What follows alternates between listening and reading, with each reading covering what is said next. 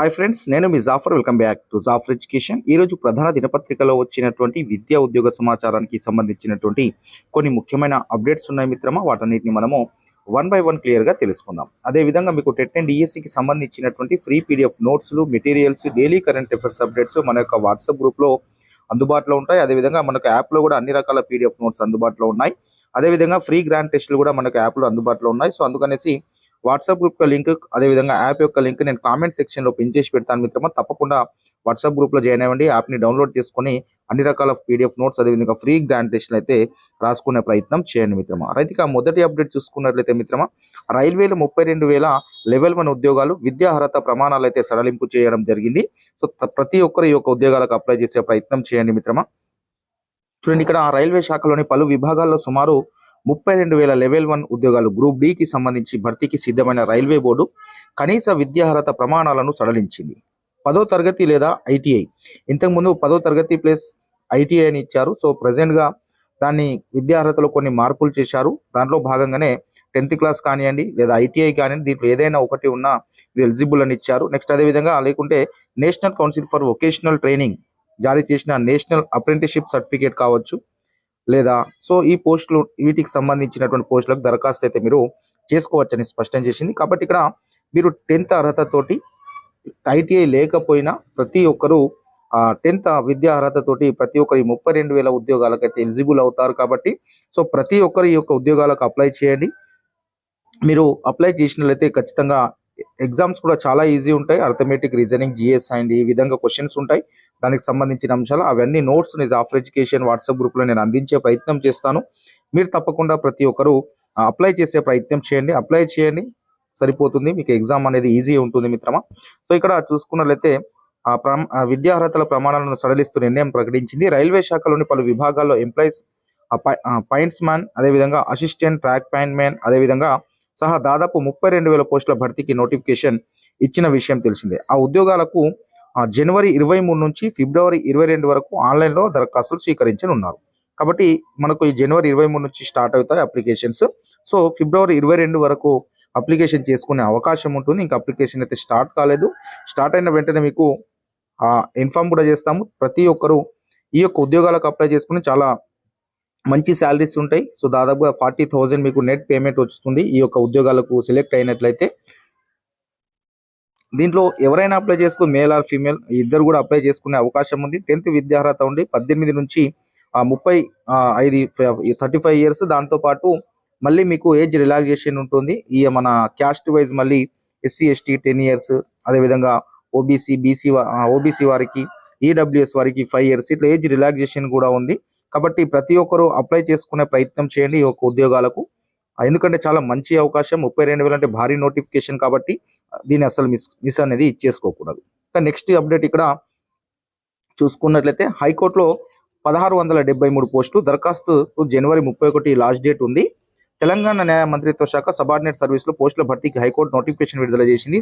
High court పరిధిలో 212, Telangana judicial ministry and subordinate service and non technical సంబంధించి 1,277 పోస్టులు ఉన్నాయి. సో దీని కూడా 10th అర్హతతోటి చాలా పోస్టులు ఉన్నాయి దీంట్లో కూడా.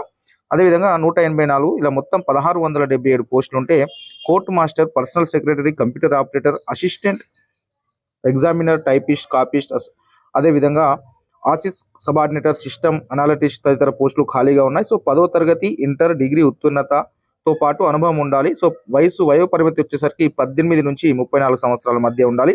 చూడండి, ఇక్కడ నాన్ టెక్నికల్ పోస్టులకు సంబంధించి 10వ తరగతి తోటి మీరైతే అప్లై చేసుకునే అవకాశం ఉంది. అదేవిధంగా సబార్డినేటర్కి సంబంధించి 7th క్లాస్, అదేవిధంగా 10th తోటి మీరు అప్లై చేసుకునే అవకాశం ఉంది. కాబట్టి ఇవి కూడా చాలా మంచి శాలరీస్ ఉంటాయి. 19,000 బేసిక్ పే ఉంది. సో దాదాపుగా ఇన్ సర్వీస్ ఫ్యూచర్లో ఆ యొక్క శాలరీ కూడా చాలా ఇంక్రీజ్ అవుతుంది. కాబట్టి ప్రతి ఒక్కరు మీ యొక్క విద్యార్హతలకు అనుగుణంగా ఏదైతే పోస్టులు ఉన్నాయో వాటిని తప్పకుండా ప్రతి ఒక్కరు ఈ హైకోర్టులో ఉన్నటువంటి పోస్టులను కూడా తప్పకుండా అప్లై చేయండి. సో వీరికి అప్లికేషన్ వచ్చేసరికి ఇంకా స్టార్ట్ అవ్వలేదు. సో స్టార్ట్ అయిన వెంటనే మీకు చెప్తాం. సో జనవరి 31 అయితే లాస్ట్ డేట్ ఉంది. సో లాస్ట్ డేట్ లోపు మీరు, ఈ మంత్ లోపు మీరు తప్పకుండా అప్లై చేసుకోండి. ప్రతి ఒక్కరు మీరు tshc.gov.in ఈ యొక్క వెబ్సైట్లోకి వెళ్ళి మీరైతే అప్లై చేసుకునే అవకాశం ఉంది. వయసు చూసుకొని 18 నుంచి 34 సంవత్సరాల మధ్యలో వయసు ఉండాలి. ఎగ్జామ్ కంప్యూటర్ బేస్డ్ టెస్ట్ ఉంటుంది. So merit list, skill test, certificate verification ద్వారా పోస్టులను భర్తీ చేస్తారు. ఆన్లైన్లో దరఖాస్తు చేసుకోవడానికి చివరి తేదీ వచ్చేసరికి 31 ఉంది మిత్రమా. సో ప్రతి ఒక్కరు ఈ యొక్క పోస్టులను అప్లై చేసుకునే ప్రయత్నం చేయండి. ఈ యొక్క నోటిఫికేషన్ కూడా మన యొక్క వాట్సాప్ గ్రూప్లో షేర్ చేశాను. సో ప్రతి ఒక్కరు వాటిని అయితే గుర్తుంచుకోండి, అప్లై చేయండి. ఇలా ఏ నోటిఫికేషన్ వచ్చినా ప్రతి ఒక్క నోటిఫికేషన్ని మనము అప్లై చేసే ప్రయత్నమే చేయాలి, అప్లై చేయాలి. ఖచ్చితంగా మనకు ఏదో ఒక జాబ్ అనేది కంపల్సరీ వచ్చే అవకాశం ఉంటుంది. కాబట్టి మీరు తప్పకుండా ప్రతి ఒక్క నోటిఫికేషన్ ఏదో వచ్చినా మీ యొక్క విద్యార్హతకు అనుగుణంగా ఉంటే తప్పకుండా అప్లై చేయండి.